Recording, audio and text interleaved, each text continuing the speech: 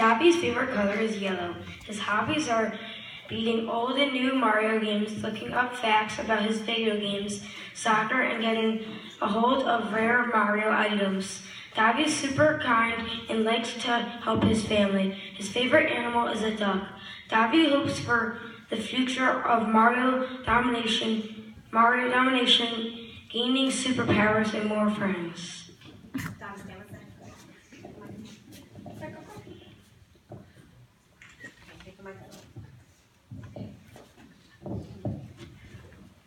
Why Grandma Chaya is a Mitzvah hero by Davi Fleischman.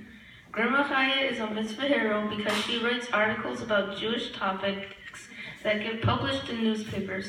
Her parents survived the Holocaust, but many of her other family members didn't, and Grandma Chaya has written poems and articles so people remember them. Grandma Chaya helps me a lot when I need it. She gives to charity a lot. She is really into being Jewish and teaches us about it. These are questions I asked my grandma. What did Grandma Chaya study in college? She attended Brooklyn College in Brooklyn, New York, and took a number of courses in education. She became a teacher of young children. Grandma Chaya also took courses in writing, art, psychology, music, architecture, and other subjects. She attained high grades, was on the dean's list, and graduated with honors. To help pay college costs, she worked as a tutor with students ranging from age from the 20s to the 80s. What are Grandma Chaya's hobbies? Grandma Chaya greatly enjoys playing the piano, harp, guitar, dulcimer, recorder, and ukulele. She plays Jewish and Yiddish music, folk songs, popular and classical music. She has performed sing-alongs for the elderly and likes to compose her own music. She is also a writer with a newspaper column in the Hamden Chronicle called Senior Spotlight. Grandma Chaya has also published poems and won poetry awards. She is currently writing a book about angels, which includes the miraculous experiences and resources of Jews during the Holocaust, as well as in her life.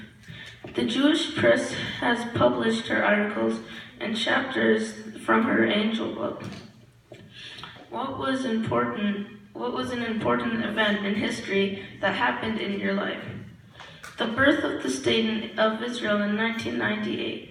It was a miraculous event where the Jewish people received the homeland after 2,000 years. Many of them were survivors of the Holocaust. What was life like when you were a kid? It was quite different from today in a number of ways. No cell phones, no smartphones, no text messaging, no computers, very small black and white TVs. So families and friends usually spent a lot more time together than they do today. Also, mothers usually didn't work or need to work like they do today. Fathers were the main means of support. So moms were usually home with their kids, returned from school to listen to them and guide them. We live in small inmate neighborhoods in Brooklyn, New York. Most families lived in small apartments rather than private homes, and moms would watch their children through the building windows. We knew everyone in the neighborhood, and neighbors were like family. Have you ever been to Israel? What was your favorite place there? Grandma Chaya visited Israel in 1992, and it was a wonderful experience. Her favorite place was the Western Wall, and it was so holy and spiritual for her, and when she touched it, she cried. She placed a prayer in the walled stones. She also visited Rachel's tomb, where she cried because Grandma Chaya felt Rachel's spirit was with her. What countries have you been to? She had been to Israel and Germany. Grandma Chaya's trip to Germany was very emotional for her because her parents had gone through the Holocaust. Her mother's 6 siblings and her parents died in the concentration camps there. In 1995, Grandma Chaya wrote to the mayor of Berlin, telling him that she was the daughter of Holocaust survivors. Grandma Chaya also told them she wanted to write articles about her trip, where she was hoping to see the apartments her family lived in. The mayor called Grandma Chaya and invited her to spend 2 weeks in Berlin, Germany, as a guest of the city. Everything was free of charge. She got to see the apartment house where her mother grew up and other family members did, and toured the neighborhood. When and how did you develop your Jewish identity? It was through her upbringing with her family. Grandma Chaya's father knew the Torah very well. He was born in Poland. His father was very religious, and her father's uncle was well-respected rabbi in Germany. Grandma Chaya's father spoke of Torah and Judaism very often when she was growing up. Instead of scolding Grandma Chaya and her sisters, her father would gently tell them stories from the Torah to teach the right way to behave. Although he did not earn much money, Grandma Chaya's father always kept tzedakah boxes in their apartment, which taught Grandma Chaya to be charitable to those in need. What was one of the best mitzvahs you have done? Grandma Chaya feels that the best kind of mitzvah is to develop and use the gifts that God has given us, to live up to our true potential, to help others as much as we can.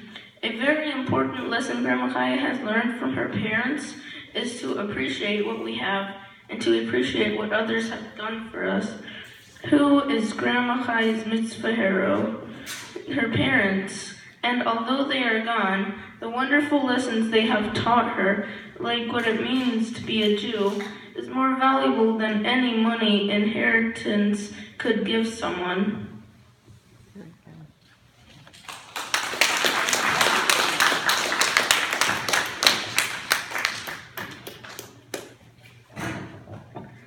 This is a picture of my grandma visiting her grandparents' synagogue in Berlin, Germany in 1995.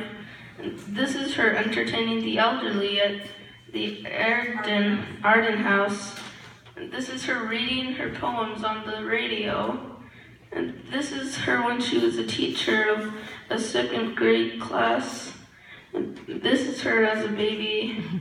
This is my grandma's grandmother, Phage, and Aunt Basha in Berlin, Washington, in 1920. This is my grandma's sister, Gilda, in 1935, Berlin, Germany, first day of school. Grandma Chaya's father clothing store in Berlin, Germany, before the Nazis totally destroyed his store in 1938. On Kristallnacht, Nazis destroyed all Jewish-owned stores. This is Grandma Chaya's mother, Berlin Blitzer, and my grandma's father, Chaim, and her sister, Gilda. This is my Grandma Chaya's mother and father on their wedding day in Berlin, Germany in 1927. This is a picture of my grandma during her trip to Israel in 1992.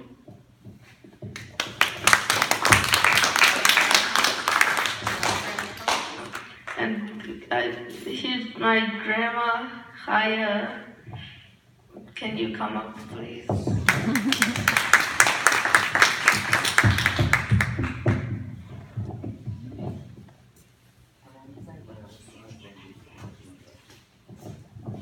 This is just an unbelievable, beautiful experience in my life.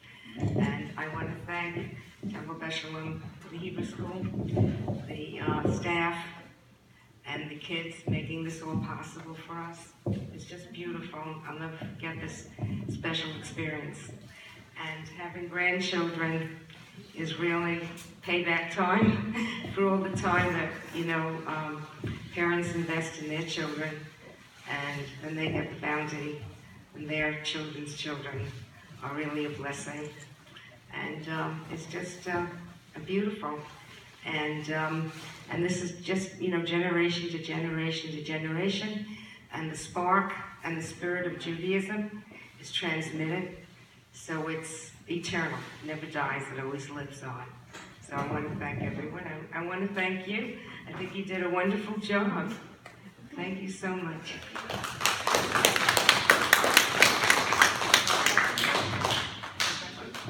Does anyone have any questions?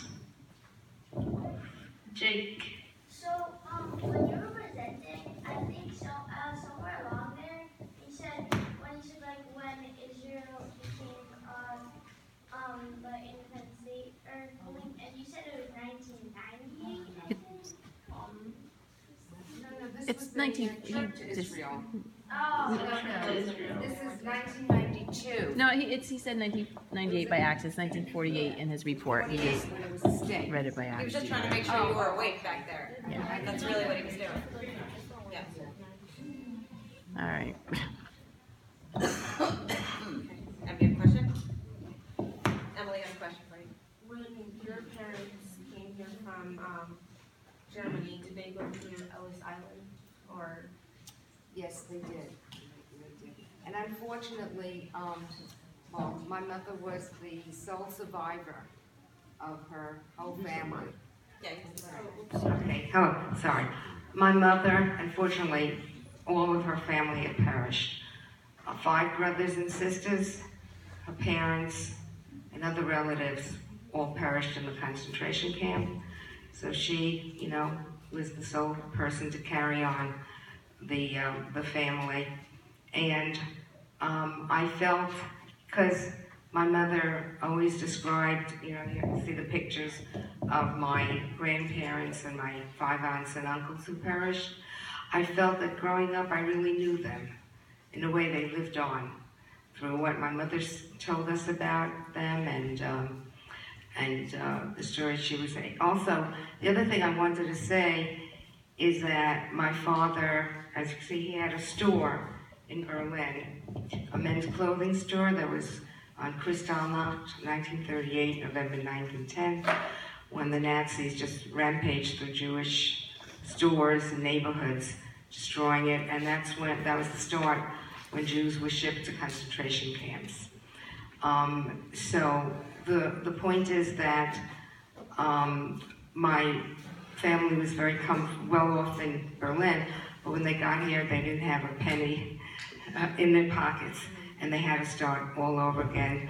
And my mother, we lived in a very simple, small apartment in Crown Heights in Brooklyn, New York, and my mother's apartment became a way station for all the refugees that came to our neighborhood that escaped the Holocaust.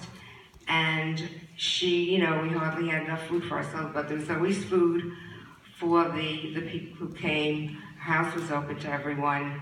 And when I was a child, I would sit there and listen to the stories of loss and terrible kind of nightmares.